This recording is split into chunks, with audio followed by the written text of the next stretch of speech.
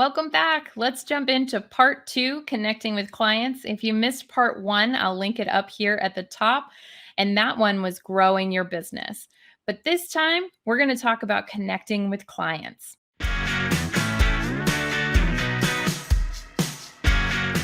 Now it's time to check in with your leads. You expanded your network, and now we get to talk to them. Make sure we're checking in with them. So, in email, make sure you're nurturing those new relationships, get to know them. Make sure you take the time to ask what their preferences are.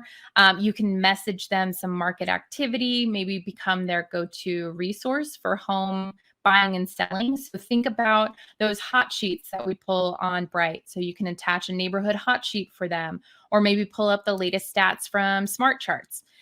If you use email a lot, a quick tip for you is just to save the most email messages as a template so that you can copy and paste that. Just put it as a draft and leave it there, and then copy and paste from there, and make sure obviously to change the name and any other particulars. For social media, checking in with your leads, this is a great time to think about sending messages, making comments, and sharing value on their wall. This will also help with the social algorithm, and they will start seeing your posts higher up in the news feed. So the more you comment, like, and share on their wall, the more they see you and the more you see them.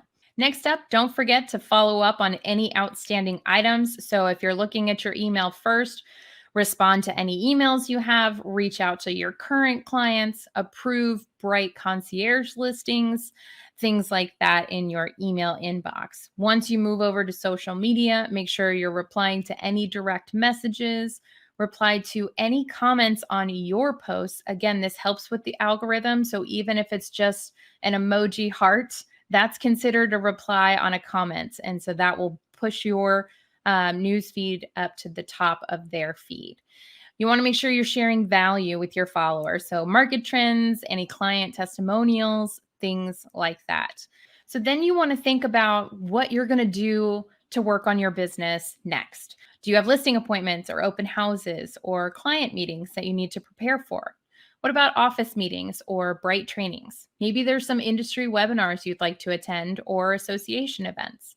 If tomorrow's light on tasks, then think about what the weekend looks like. You can also think about what your business actually needs. Do you need more business cards, an update to your website? Do you need to create a Facebook account?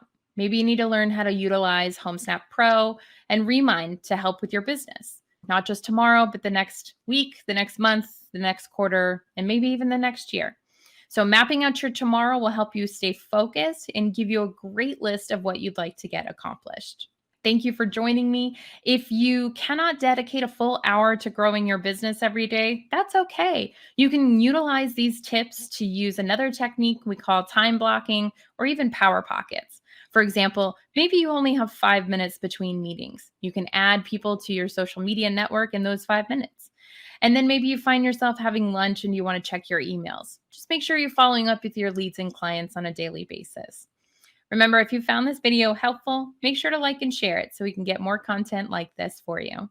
We'd love for you to get the latest updates from our team, so make sure to subscribe to our channel and hit the bell so you never miss a video.